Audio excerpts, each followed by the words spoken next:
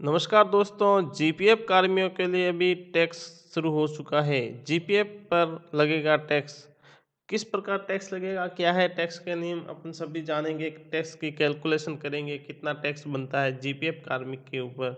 जो जीपीएफ में इन्वेस्ट किया है, कंट्रीब्यूशन किया है, इसके ऊपर कितना टैक्स लगेगा, कैसे लगेगा, संपूर्ण जानकारी लेंगे दोस्तों। इनकम टैक्स डिपार्टमेंट का नोटिफिकेशन है, उस पर जाते हैं।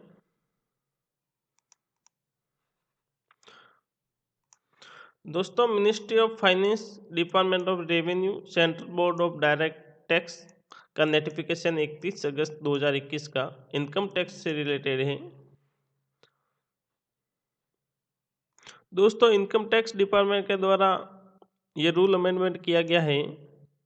1962 का जो रूल है उसको अंदर अमेंडमेंट किया गया है कि इनकम टैक्स रूल्स 2021 लाया गया है। 25वां अमेंडमेंट है जो कि 1 अप्रैल 2022 से लागू होगा।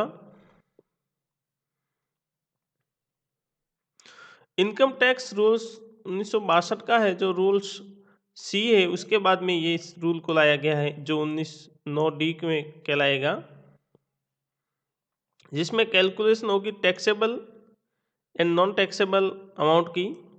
जो पीएफ में जिसने जमा किया है उनका स्पेसिफाइड लिमिट से ज़्यादा एग्जिट किया है, उनके ऊपर कैसे टैक्स लगेगा वो सब जानकारी दी गई है, जिसमें पीएफ, ईपीएफ, जीपीएफ सभी आते हैं। इनमें से भी एक क्लोज दी हुई है, टैक्स को कहाँ रखा गया है, कैसे जोड़ा गया है, संपूर्ण जानकारी है। अपन देखते हैं यहाँ पर। Non taxable contribution amount account shall be the agreed of the following names. ये 31 मार्च 2021 का जो क्लोजिंग बैलेंस है उसकी गणना करेगा। उसके बाद में प्रीवियस ईयर 21-22 में जितना भी उसने जमा किया है कंट्रीब्यूशन, उसकी गणना होगी। उसके बाद में कितना टैक्स मिलता है उसकी गणना होगी। जो कि सेक्शन सी है उसमें 5 लाख रुपीज़ की जो दी हुई है छूट, जो एग्जिटिंग लिमिट दी हुई है, उससे ज़्यादा अगर जमा होता है तो वो टैक्सेबल में आएगा।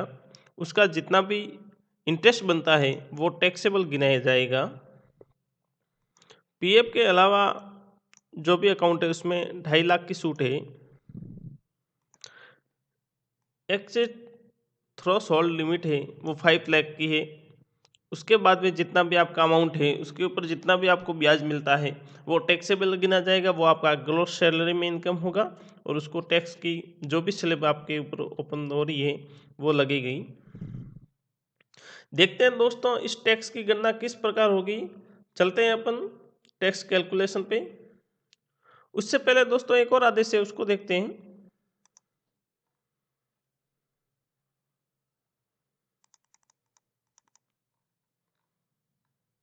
Calculation of income tax on interest on GPF regarding से संबंधित टैक्स दिया हुआ है। इसमें 5 लाख रुपीज़ दिए हुए हैं जो फाइनेंशियल 21-22 की रिक्वायर्ड है, लिमिट दी हुई है।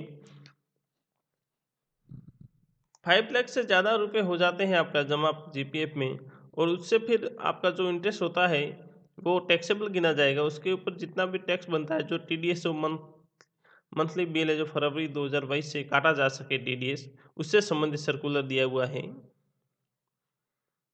जो डीडीओज है इसका कैलकुलेशन करके टीडीएस डिडक्ट कर सकते हैं। अपन जीपीएफ का कैलकुलेशन समझेंगे अभी। ये देख सकते हैं मैंने एक कैलकुलेशन बनाया है टैक्सेबल और नॉन टैक्सेबल अमाउंट का।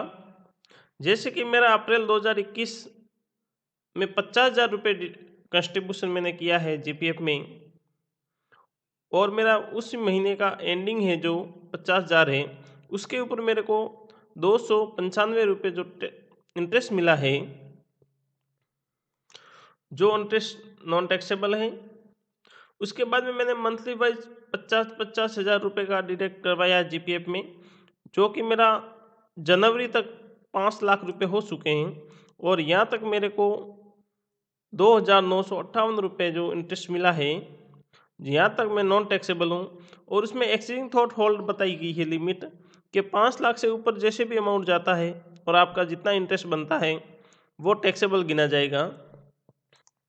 मेरा फरवरी का जो कंट्रीब्यूशन होगा 50,000 रुपये, जो 5 लाख आगे है और 50,000 5.5 लाख हो जाएंगे, तो उसके ऊपर 3254 रुपये जो मेरे को इंटरेस्ट मिल रहा है उस महीने का, उसमें से वो 2 भागों में डिवाइड हो जाएगा।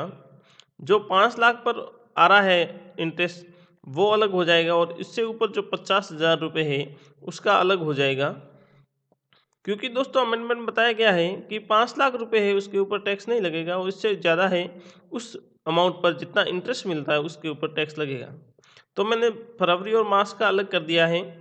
जो 5 लाख रुपए हैं उसका अलग है और उससे ऊपर जो 50,000 रुपये यहाँ जुड़ गए हैं फरवरी में, फिर मार्च में 50,000 और जुड़ गए हैं, तो इनका ये जो टैक्सेबल इंटरेस्ट हो गया है इसकी गणना अभी मैंने की है।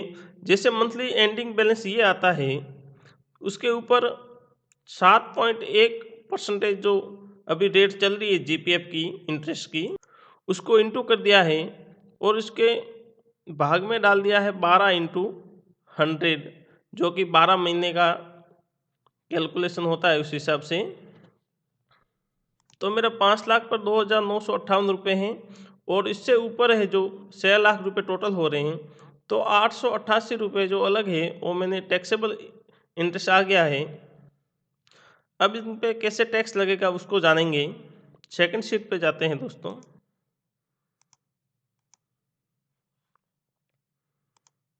जैसे कि दोस्तों मेरे 1 अप्रैल 2021 का जो अमाउंट है जो 25 लाख रुपए है, जो कि नॉन, इसके ऊपर कोई टैक्स नहीं है। उसके बाद में जो मेरा ये जो 1 अप्रैल 2021 का ओपनिंग बैलेंस है और यहाँ तक मेरे को इनकम मिला है इंटरेस्ट में, वो 2,30,000 रुपये मिले हैं जो कि नॉन टैक्सेबल है। उसके बाद में मैंने 2021-22 में 5 लाख रुपए जो डाले हैं वो नॉन टैक्सेबल है जो कि लिमिट दी हुई है। उसके बाद में जो मेरा 6 लाख रुपए हुआ है, 1 लाख रुपया है, उसके वो टैक्सेबल गिना जाएगा, उसमें जो भी इंटरेस्ट आएगा वो टैक्सेबल गिना जाएगा।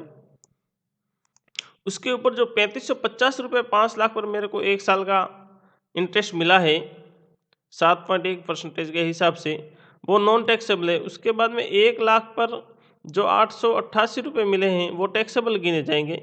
ऐसे में टोटल हो गया अमाउंट, टोटल कैलकुलेशन हो जाती है। जो लास्ट में स्लिप आई है वो 1 अप्रैल 2022 में फिर ओपनिंग बैलेंस में आ जाएगी। इसी तरह जो 3,550 रुपये हैं जो टैक्सेबल कंट्रीब्यूशन है, 3,550 रुपये का जो अमाउंट इंटरेस्ट मेरे को इस सत्र में मिला है जो नॉन टैक्सेबल है, इसके ऊपर कोई टैक्स नहीं होगा। उसके बाद में जो 888 रुपये मेरे को मिले हैं वो जो टैक्सेबल गिना जाएगा, क्योंकि इसकी लिमिट है जो 5 लाख से ज़्यादा में मिला है, इसको ग्रोस सैलरी में इंक्लूड कर दिया जाएगा, जोड़ दिया जाएगा। उसके बाद में आपके जितना भी स्लैब, जो भी स्लैब आपके आती है उस स्लैब के अनुसार आपकी टैक्स डिडक्ट होगा। दोस्तों जानकारी कैसी लगी कमेंट में ज़रूर बताएं।